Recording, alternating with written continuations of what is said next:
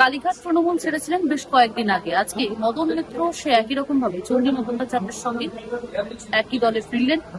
দলে বলা থেকে শিবির বলা বেশি ভালো হবে, শিবিরে ফিরলেন, অর্থাৎ ঋতুব্রতপন্থী যে তৃণমূল কংগ্রেস রয়েছে সেই তৃণমূলে ফিরলেন মদন মিত্র এবং আগে এসেছেন সঙ্গে আমাদের ঠিক কোন জায়গাটায় অসুবিধা হচ্ছে?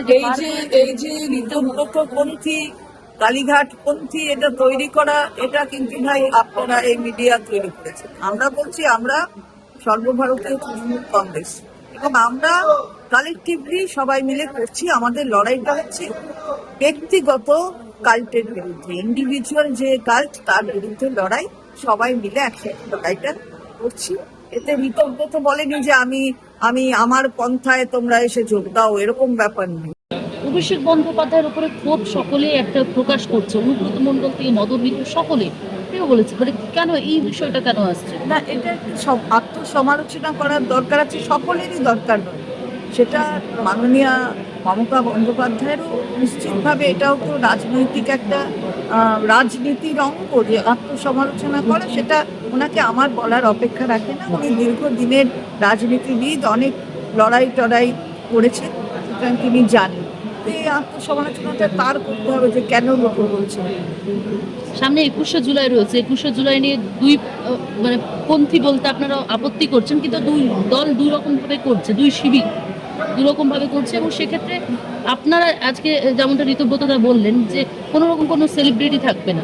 না, আমাদের এখানে কোনো সেলিব্রিটির ব্যাপার নয়, শ্রদ্ধা জ্ঞাপনের অনুষ্ঠান। নেতা কর্মী যারা রয়েছেন আমাদের, তারা শ্রদ্ধা জ্ঞাপন করবে এবং সেই অনুষ্ঠানটাই গান্ধী মুক্তির পাদদেশে সর্বভারতীয় তৃণমূল কংগ্রেস সার্বিকভাবে সবাই উদ্যোগ নিয়ে, নেতা কর্মীরা যারা রয়েছে তারা সবাই উদ্যোগ নিয়ে এই কর্মসূচি ডাক দিয়েছে এবং এই কর্মসূচি করছে। যদি এতদিন যে হতো, আপনারা কখনো বাধা দিয়েছিলেন যে এই সেলিব্রিটি মুক্ত একটা 21শে জুলাই হতো, শহীদ দিবস, আগে আপনারা কখনো বলেছিলেন? না, এটা এরকম বলার মতন কোনো সুযোগ ছিল না। কোথায় কাকে কি বলবেন সেটা তো অন্যভাবে ঠিক হতো, আমাদের সাথে মিলে কাজ করে ঠিক হতো। অভিষেক বন্দ্যোপাধ্যায় কি বেশি সবসময় গুরুত্বটা থাকতো? মানে আপনাকে আমরা দেখেছি চৌঠা মেয়ের পরেও আপনি রয়েছেন, সবসময় মমতা বন্দ্যোপাধ্যায়ের সঙ্গেই ছিলেন।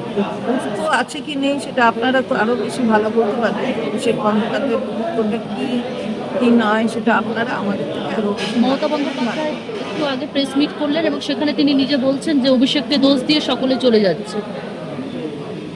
ওইটাই তো বললাম যে সবাইকেই আত্মসমালোচনা করতে হয়। আমি এত বড় নেত্রী নই যে ওনাকে আমি কোনো জ্ঞান দেব, কিন্তু উনি ভাববেন যে কেন সবাই অসম্মানিত বোধ করছে। দিদিকে আহ্বান জানাবেন আপনাদের যে শিবির? আমাদের শিবিরে আহ্বান জানাবার তো শিবির কোনো নয়, আমাদেরটা সর্বভারতীয় তৃণমূল কংগ্রেস। এতে আহ্বান জানাবার নয়, শ্রদ্ধা জ্ঞাপন করতে আমরা তো সকলকেই আহ্বান জানাবো। বন্দ্যোপাধ্যায় কি তৃণমূলে নেই তাহলে? সেটা তো তিনি বলবেন। সর্বভারতীয় তৃণমূল কংগ্রেস কালেক্টিভলি চলছে। তিনি যদি এসে শ্রদ্ধা জানান, তো আমরা কখনো তাকে অসম্মান করিনি, অশ্রদ্ধা জানাই। Thank you. আরো ভালো ভালো খবর দেখতে সাবস্ক্রাইব করুন বাংলা হান্টের ইউটিউব চ্যানেল। বাংলা হান্টের আরো খবর দেখতে নজর রাখুন। বাংলা খবর মানেই বাংলা হান্ট।